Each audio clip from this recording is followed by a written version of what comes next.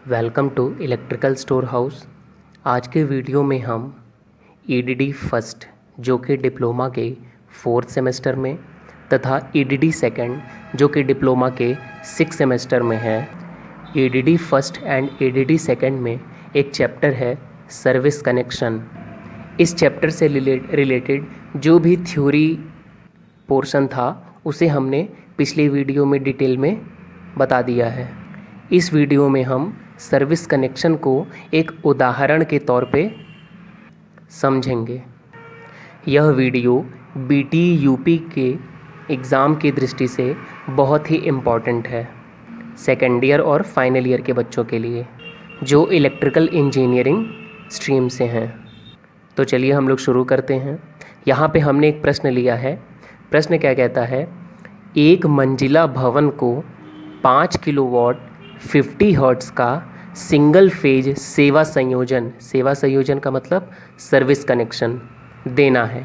यदि वितरण पोल मतलब डिस्ट्रीब्यूशन पोल की दूरी 20 मीटर है तो आवश्यक सामग्री की गणना कीजिए और लागत भी बताइए। तो ये प्रश्न है हमारा। प्रश्न में क्या कह रहा है कि कोई उपभोक्ता है, उसके एक मंजिला भवन को 5 किलोवाट 50 हर्ट्ज़ का सिंगल फेज सर्विस कनेक्शन देना है और जो डिस्ट्रीब्यूशन पोल है वो उसके भवन से जो उसकी दूरी है वो 20 मीटर है। ठीक है, तो चलिए हम लोग इसका सलूशन करते हैं। देखिए, एस्टिमेटिंग एंड कॉस्टिंग के जो क्वेश्चन होते हैं उनको हम लोग स्टेप्स में सॉल्व करते हैं। ठीक है, तो इस प्रश्न को भी हम लोग स्टेप्स में सॉल्व करेंगे। आपको ये स्टेप्स याद रखने होंगे। तो सबसे पहला स्टेप होता है हमारा एजम्पशन मतलब पूर्वानुमान। पूर्वानुमान में हम लोग क्या करते हैं कि प्रश्न में जो चीज़ें नहीं दी गई होती हैं उन चीज़ों को हम लोग लिखते हैं, क्योंकि जब प्रश्न को हम सॉल्यूशन करेंगे तो हमें इन चीज़ों की आवश्यकता पड़ती है। ठीक है, तो सबसे पहला एजम्पशन है हमारा सर्विस कनेक्शन जीआई पाइप द्वारा किया गया है। अब यहाँ पर हमने ये कैसे डिसाइड किया कि हमें सर्विस कनेक्शन जीआई पाइप द्वारा ही करना है, तो इसके बारे में हमने थ्योरी वाले वीडियो में डिटेल में बताया है, लेकिन मैं यहाँ फिर एक बार आपको बता देता हूँ। देखिए, सर्विस कनेक्शन हमारा इंस्टॉलेशन मेथड के अकॉर्डिंग 2 प्रकार का होता है, ओवरहेड सर्विस कनेक्शन और अंडरग्राउंड सर्विस कनेक्शन।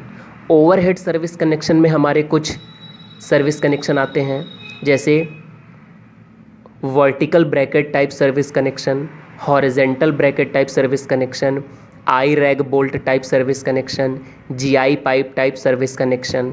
ओके, तो जब भवन एक मंजिला होता है तो हम लोग ओवरहेड सर्विस कनेक्शन करते हैं और ओवरहेड सर्विस कनेक्शन में हम लोग vertical bracket type service connection या GI pipe type service connection का प्रयोग करते हैं जब भवन हमारा एक मंजिला होता है। यदि भवन हमारा एक मंजिला से ज़्यादा है तो वहाँ पर हम लोग horizontal bracket type service connection का प्रयोग करते हैं। ये तो बात हो गई बिल्डिंग के अकॉर्डिंग। इसके बाद हम लोग देखते हैं कि भवन का लोड कितना है। यदि भवन का लोड 25 किलोवाट से कम है तो हम लोग ओवरहेड सर्विस कनेक्शन का प्रयोग करते हैं। यदि 25 किलोवाट से ज़्यादा होता है तो हम लोग अंडरग्राउंड सर्विस कनेक्शन का प्रयोग करते हैं। ये हम लोग लोड के अकॉर्डिंग देख लिए। अब हम लोग देखते हैं भवन और डिस्ट्रीब्यूशन पोल के बीच की दूरी के अकॉर्डिंग। यदि भवन और डिस्ट्रीब्यूशन पोल के बीच की दूरी 25 से 30 मीटर होती है तो हम लोग ओवरहेड सर्विस कनेक्शन का प्रयोग करते हैं। यदि 30 मीटर से ज़्यादा होता है भवन और डिस्ट्रीब्यूशन पोल के बीच की दूरी तो हम लोग वहाँ पर अंडरग्राउंड सर्विस कनेक्शन का प्रयोग करते हैं। ओके, तो या इस प्रश्न में एक मंजिला भवन था, इसका जो लोड था वो भी 25 किलोवाट से कम था, 5 किलोवाट था, और डिस्ट्रीब्यूशन पोल और भवन के बीच की दूरी भी 20 मीटर था। इसलिए हम लोगों ने यहाँ पर डिसाइड किया है कि सर्विस कनेक्शन जीआई पाइप द्वारा कर रहे हैं। यहाँ हम वर्टिकल ब्रैकेट से भी सर्विस कनेक्शन कर सकते थे, तो या तो आप वर्टिकल ब्रैकेट से कर सकते हैं या तो आप जीआई पाइप से कर सकते हैं। तो इस प्रश्न में हम लोग सर्विस कनेक्शन जीआई पाइप से कर रहे हैं। ओके, तो ये हमारा पहला एजम्पशन हो गया। दूसरे एजम्पशन की बात करते हैं हम, तो दूसरा एजम्पशन क्या है हमारा, 2 कोर वेदर प्रूफ केबल का यूज़ किया गया है। अब ये 2 कोर वेदर प्रूफ केबल कहाँ यूज़ होता है, ये जो वेदर प्रूफ केबल होता है ये ब्रैकेट या जीआई पाइप से एनर्जी मीटर तक के लिए होता है। इस डायग्राम में आप लोग GI pipe type service connection देख रहे हैं जो कि सिंगल फेज के लिए है। ओके, ये हमारा जीआई पाइप है, 2.5 मीटर ये मुड़ा हुआ पोर्शन होता है और स्ट्रेट आपका 5 मीटर होता है। ठीक है, ये 1 मंजिला भवन है। यहाँ पर हमने ये स्टे वायर दिया हुआ है। ठीक है, यहाँ पर मीटर बोर्ड है। तो जो ये 2 कोर का वेदर प्रूफ केबल हम लोग प्रयोग करेंगे वो यहाँ से ले करके एनर्जी मीटर तक के लिए होता है। और ये जो डिस्टेंस होता है ये फिक्स होता है 10 मीटर। 10 मीटर ये डिस्टेंस, जो केबल का डिस्टेंस होता है वो फिक्स होता है कि जो वेदर प्रूफ केबल हम लोग प्रयोग करेंगे वो यहाँ से यहाँ तक जो यूज़ होगा वो 10 मीटर का होगा। ओके, ये हम लोग वर्टिकल ब्रैकेट या जीआई पाइप में करते हैं। ठीक है, तो वर्टिकल ब्रैकेट या जीआई पाइप के लिए 10 मीटर फिक्स होता है और जब हम हॉरिजेंटल ब्रैकेट के लिए प्रयोग करेंगे तो वहाँ पर 12 मीटर यूज़ करते हैं हम, 12 मीटर फिक्स होता है। ओके, नेक्स्ट एजम्पशन है हमारा ओवरहेड कंडक्टर AAC यूज़ किया गया है। AAC means all aluminium conductor.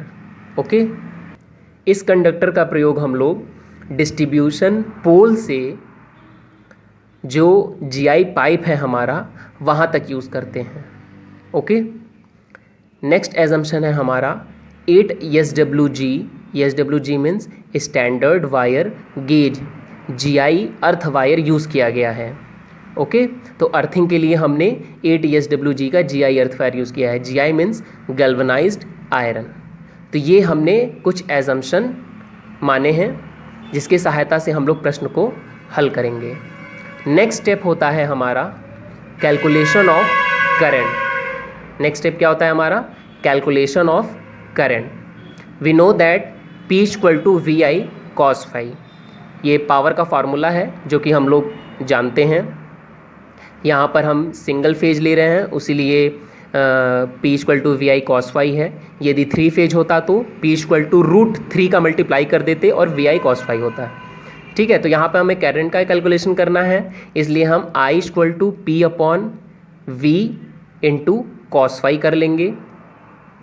अब हम P की वैल्यू, V की वैल्यू और cos phi की वैल्यू को पुटअप कर देंगे। तो P की वैल्यू हमारा था 5 किलोवाट, मतलब जो लोड था, पावर था वो 5 किलोवाट का था। तो 5 इंटू 1000 से हमने किलोवाट को वाट में चेंज कर लिया है। जो वोल्टेज था हमारा वो सिंगल फेज था, इसलिए हमने यहाँ पर 230 वोल्ट लिया हुआ है और पावर फैक्टर हमने यहाँ पर 0.9 लिया है। अब हम इसको कैलकुलेट कर देंगे तो ये हमारा 24.15 एम्पियर करंट रेटिंग आ जाएगा। ओके, अब इस करंट रेटिंग के अकॉर्डिंग हम लोग कंडक्टर्स, केबल्स, इन सबको डिसाइड करते हैं कि किस रेटिंग का हमें यूज़ करना है। तो ओवरहेड कंडक्टर की टेबल में देखने पर हमें पता चला कि जो AAC कंडक्टर का माप होगा वो 3/3.00 mm होगा। जो ऊपर का 3 लिखा है वो नंबर ऑफ कंडक्टर को डिनोट करता है और जो नीचे का 3 लिखा हुआ है वो डायामीटर को डिनोट करता है। अब ये चीज़ हमें कैसे पता चली, तो जो ओवरहेड कंडक्टर की टेबल होती है EDD में, एस्टिमेटिंग कॉस्टिंग जो हमारा EDD सब्जेक्ट है, इसमें कुछ टेबल्स दी गई होती हैं। ठीक है, ओवरहेड कंडक्टर की टेबल, PVC इंसुलेटेड केबल की टेबल, अंडरग्राउंड केबल की टेबल। तो इन सब को देख करके ही हम लोग जो करंट रेटिंग आता है हमारा उसके अकॉर्डिंग हम लोग केबल या कंडक्टर का जो साइज़ होता है वो डिसाइड करते हैं। ओके, तो यहाँ पर करंट रेटिंग हमारा 24.15 एम्पियर आया था। हमने ओवरहेड कंडक्टर की टेबल को देखा और उसमें पता चला हमें कि जो यहाँ पर हम लोग कंडक्टर यूज़ करेंगे उसकी जो मेज़रमेंट होगी वो 3/3.00 mm होगी। ठीक है, ये AAC कंडक्टर हम कहाँ यूज़ कर रहे हैं, डिस्ट्रीब्यूशन पोल से GI पाइप तक के लिए। ओके, उसके बाद हम लोग डिसाइड करेंगे कि जो हम लोग 2 कोर का पीवीसी इंसुलेटेड केबल यूज़ कर रहे हैं उसकी साइज़ क्या होगी। तो हम लोग पीवीसी इंसुलेटेड केबल की टेबल में देखेंगे और उसमें देखने पर हमें वेदर प्रूफ पीवीसी केबल का जो मेज़रमेंट होगा वो पता चलेगा। तो अकॉर्डिंग टू 24.15 एम्पियर, इस करंट रेटिंग के अकॉर्डिंग, जो हमारा करंट रेटिंग आया था 24.15 एम्पियर, इस करंट रेटिंग को देखेंगे और इस करंट रेटिंग को देखने के बाद हमें पता चलेगा कि हम लोग इसमें 2.5 mm² का 2 core PVC insulated cable use करेंगे। ठीक है, ये केबल कहाँ यूज़ कर रहे हैं हम? जीआई पाइप से लेकर के एनर्जी मीटर तक, जिसका जो लेंथ होता है वो फिक्स होता है 10 मीटर। ओके, नेक्स्ट स्टेप है हमारा लेंथ ऑफ एएसी कंडक्टर। जो डिस्ट्रीब्यूशन पोल से जीआई पाइप तक जो हम एएसी कंडक्टर यूज़ कर रहे हैं वो उसकी जो लेंथ होगी वो कितनी होगी। तो यहाँ पर हम लोग निकाल लेंगे। देखिए यहाँ पर जो डिस्ट्रीब्यूशन पोल और भवन के बीच की जो दूरी थी वो 20 मीटर थी, तो हमने 20 मीटर लिख दिया है इंटू 2, क्योंकि हम लोग सिंगल फेज ला रहे हैं, उसमें 2 वायर्स होंगे ना, एक फेज और एक न्यूट्रल, तो इसलिए हमने 2 वायर ला रहे हैं तो 2 का मल्टीप्लाई कर दिया और 5% एक्स्ट्रा ले रहे हैं। ठीक है, ड्यू टू सैग भी तो रखना पड़ता है ना, क्योंकि ये नेक्ड ओवरहेड कंडक्टर है तो इसलिए हमें सैग रखना पड़ेगा। तो इसलिए हम लोग इसको सोल्यूशन करेंगे तो ये हमारा आ जाएगा 42 मीटर। ओके, आई होप यहाँ तक आपको समझ में आ गया होगा।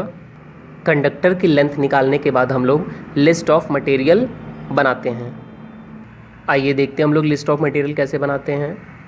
तो सबसे पहले हम लोग सीरियल नंबर लिखते हैं, उसके बाद नेम ऑफ मटेरियल, उसके बाद क्वांटिटी, उसके बाद रेट, देन कॉस्ट। ठीक है, इस तरीके से हम लोग लिस्ट ऑफ मटेरियल बनाते हैं। जितने भी एस्टिमेटिंग एंड कॉस्टिंग के प्रश्न होंगे उन सब में लिस्ट ऑफ मटेरियल इसी तरीके से बनता है। ओके, तो सबसे पहले मटेरियल हम लोग जो लिखेंगे वो डिस्ट्रीब्यूशन पोल पर लगाने हेतु लिखेंगे। ठीक है, सबसे पहला मटेरियल जो होगा हमारा वो डिस्ट्रीब्यूशन पोल पर लगाने हेतु होगा कि डिस्ट्रीब्यूशन पोल पर क्या क्या चीज़ें लगेंगी। जब हम लाइन को डिस्ट्रीब्यूशन पोल से खींच करके अपनी जीआई पाइप तक लाएंगे तो इस डिस्ट्रीब्यूशन पोल पर भी तो कुछ इंस्ट्रूमेंट आपको लगाने होंगे, तो उन्हीं इंस्ट्रूमेंट के बारे में हम लोग सबसे पहले देखेंगे। ठीक है, कि डिस्ट्रीब्यूशन पोल पर लगाने हेतु तो सबसे पहले हम लोग शैकल इंसुलेटर लगाएंगे। शैकल इंसुलेटर के बारे में आप लोग जानते होंगे, जो हम एलटी लाइन के लिए यूज़ करते हैं। ठीक है, तो अब यहाँ पर हम सिंगल फेज ला रहे हैं, मतलब एक फेज एक न्यूट्रल, इसीलिए जो शैकल इंसुलेटर लगेगा वो 2 लगेगा और इसका जो रेट होगा वो 25 होगा। ठीक है, तो हम इसका मल्टीप्लाई कर देंगे तो 50 रुपीज़ आ जाएगा। ठीक है, शैकल इंसुलेटर कैसे लगेगा? शैकल इंसुलेटर क्लैंप के साथ लगेगा। ठीक है, तो शैकल इंसुलेटर क्लैंप भी हमारा 2 लगेगा, क्योंकि 2 शैकल इंसुलेटर हैं। तो शैकल इंसुलेटर क्लैंप हमारा 2 लगेगा, ये 10 रुपये का आता है, तो हमारा 20 रुपये हो जाएगा। आई बोल्ट लगेगा किसके लिए? अर्थिंग वायर के लिए। अर्थिंग वायर भी तो ला रहे हैं हम लोग, तो आई बोल्ट हम लोग अर्थिंग वायर के लिए लगाएंगे। अर्थिंग वायर एक ही आता है, ठीक है, जो सबसे टॉप की वायर होती है, तो ये हमारा 1 लगेगा, ये 5 रुपये का आएगा। तो ये हो गया हमारा, जैसा कि यहाँ आप देख सकते हैं। ठीक है, आई बोल्ट अर्थिंग वायर के लिए लगाया गया है, ये हमारा अर्थ वायर है, ये शैकल इंसुलेटर लगा है और ये हमारा शैकल इंसुलेटर क्लैंप है। ओके, अब दूसरे मटेरियल की बात करें हम लोग, तो दूसरा मटेरियल हम लोग क्या लगाएंगे? जीआई पाइप, जो कि भवन के पास लगा हुआ है, मतलब भवन के ऊपर लगा हुआ है। ठीक है, इसकी जो साइज़ होती है वो 32 mm की होती है। ठीक है, जीआई पाइप जो होता है हमारा वो 7.5 मीटर होता है। 5 मीटर जो सीधा वाला भाग होता है वो, और 2.5 मीटर मुड़ा हुआ भाग। ठीक है, ये 80 रुपये पर मीटर आता है और जब हम मल्टीप्लाई कर देंगे तो हमें कॉस्ट पता चल जाएगी। ठीक है, कि ये कितने का पड़ा। ठीक, अब जीआई पाइप के साथ और क्या क्या होता है हमारा?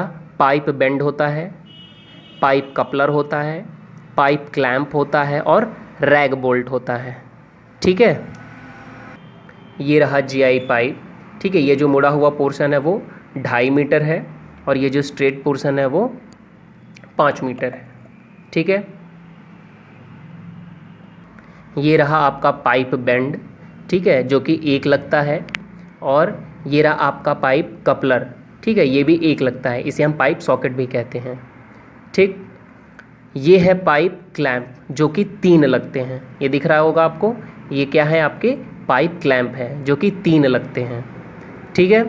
और आपका रैग बोल्ट, ठीक है, क्लैंप को लगाने के लिए, ठीक। जैसे कि ये हम अपना क्लैंप यहाँ पर जब हम ये पाइप क्लैंप लगाएंगे तो रैग बोल्ट की सहायता से ही तो लगाएंगे।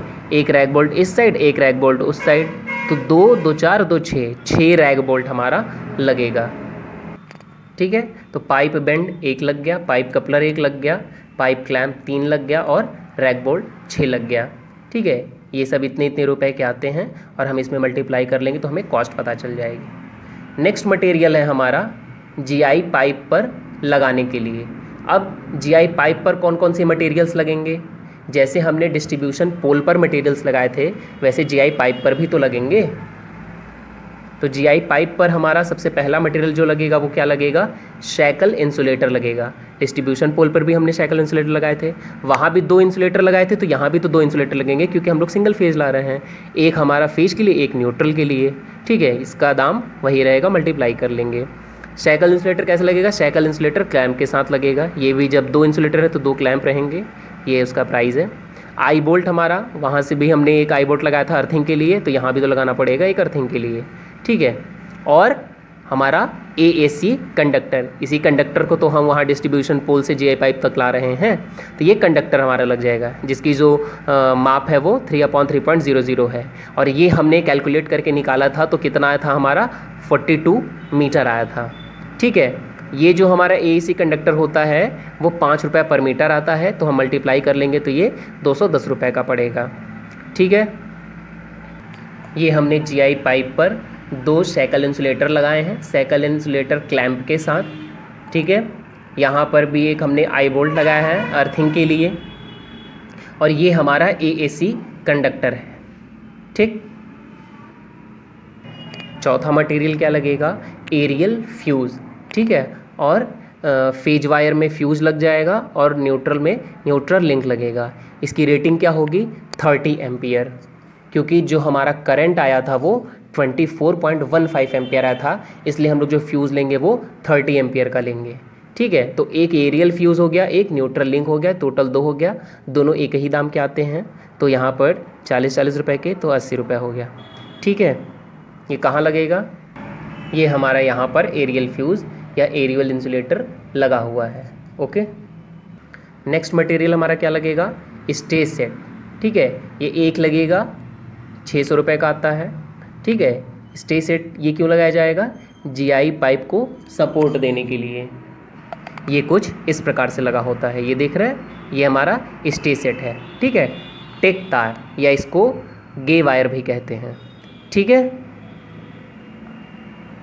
और इस स्टे वायर को हम लोग आई बोल्ट की सहायता से बिल्डिंग में फिक्स कर देते हैं। तो ये हमारा नेक्स्ट मटेरियल है आई बोल्ट फॉर स्टे, ठीक है। ये 8 रुपये का आता है, ये हमारा हो गया। नेक्स्ट है हमारा स्प्लिट इंसुलेटर, ये भी एक लगाया जाता है, ये 20 रुपये का आता है। स्प्लिट इंसुलेटर कहाँ लगता है?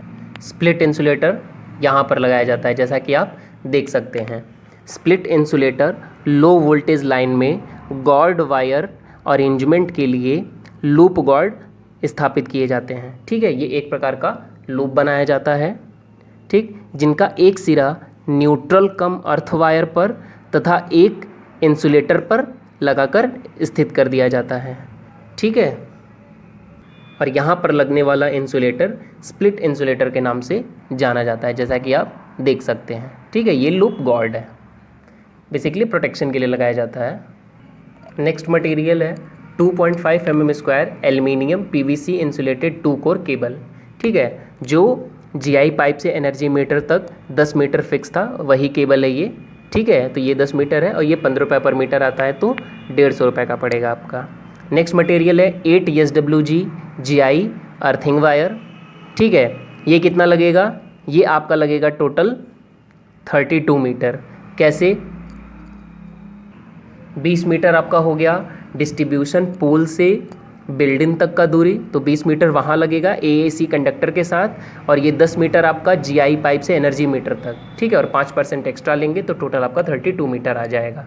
ये 3 रुपये पर मीटर आता है, तो टोटल 96 रुपये का पड़ेगा आपका। नेक्स्ट मटेरियल आपका लगेगा सिंगल फेज एनर्जी मीटर।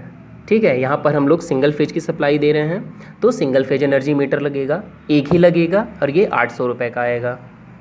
अब एनर्जी मीटर को हम लोग डायरेक्ट दीवार पर तो लगाते नहीं हैं, पहले एक मीटर बोर्ड लगा लेते हैं, उसके बाद एनर्जी मीटर लगाते हैं उसके ऊपर। ठीक है, तो यहाँ पर हम लोग एक मीटर बोर्ड लगाएंगे जो कि लगभग 200 रुपये का आएगा, एक ही लगाएंगे क्योंकि एक ही एनर्जी मीटर है। ठीक, और ये जो मीटर बोर्ड लगाएंगे हम लोग, ये इस तरीके से मीटर बोर्ड लगाएंगे हम लोग। ठीक है, तो इसको हम लोग कैसे दीवार में फिक्स करेंगे, रैग बोल्ट की सहायता से ना। तो इस तरीके से रैग बोल्ट लगेगा, कितना लगेगा, 4 लगेगा। तो ये हमने रैग बोल्ट लगा दिया 4, ये 8 रुपये का एक आता है तो 32 रुपीज़ हो जाएगा।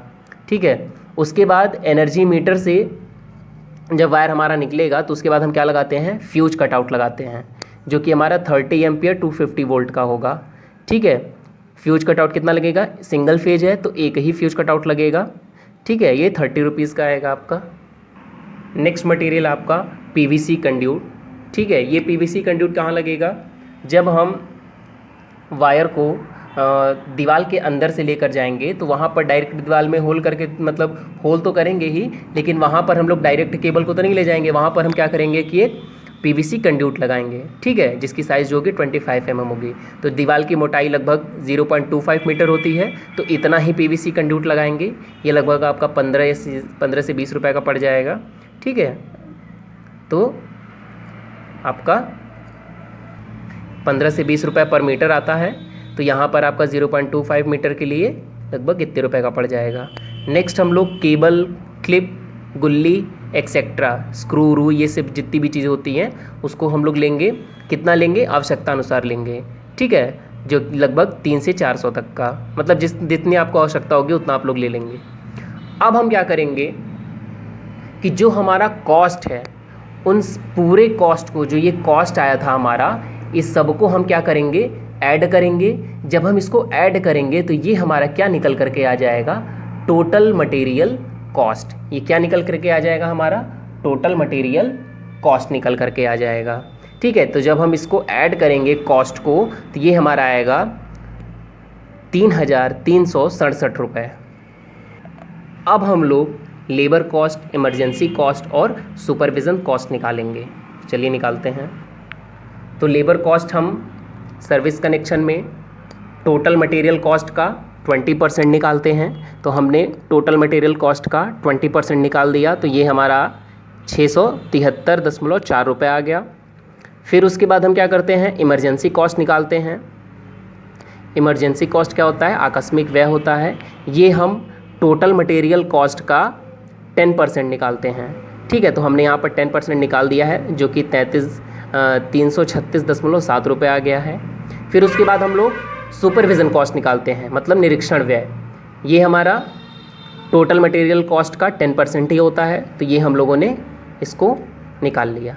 अब हम क्या करते हैं, जो total material cost, labour cost, emergency cost और सुपरविज़न कॉस्ट ये सब आया है, इन सब को हम ऐड कर देते हैं। तो जब हम इसको ऐड कर देते हैं तो वो हमारा क्या हो जाता है, टोटल सर्विस कनेक्शन कॉस्ट।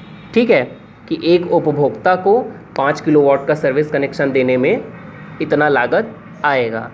ठीक है, तो हमने यहाँ पर क्या किया है, material cost, labour cost, emergency cost और सुपरविज़न कॉस्ट को ऐड कर दिया है।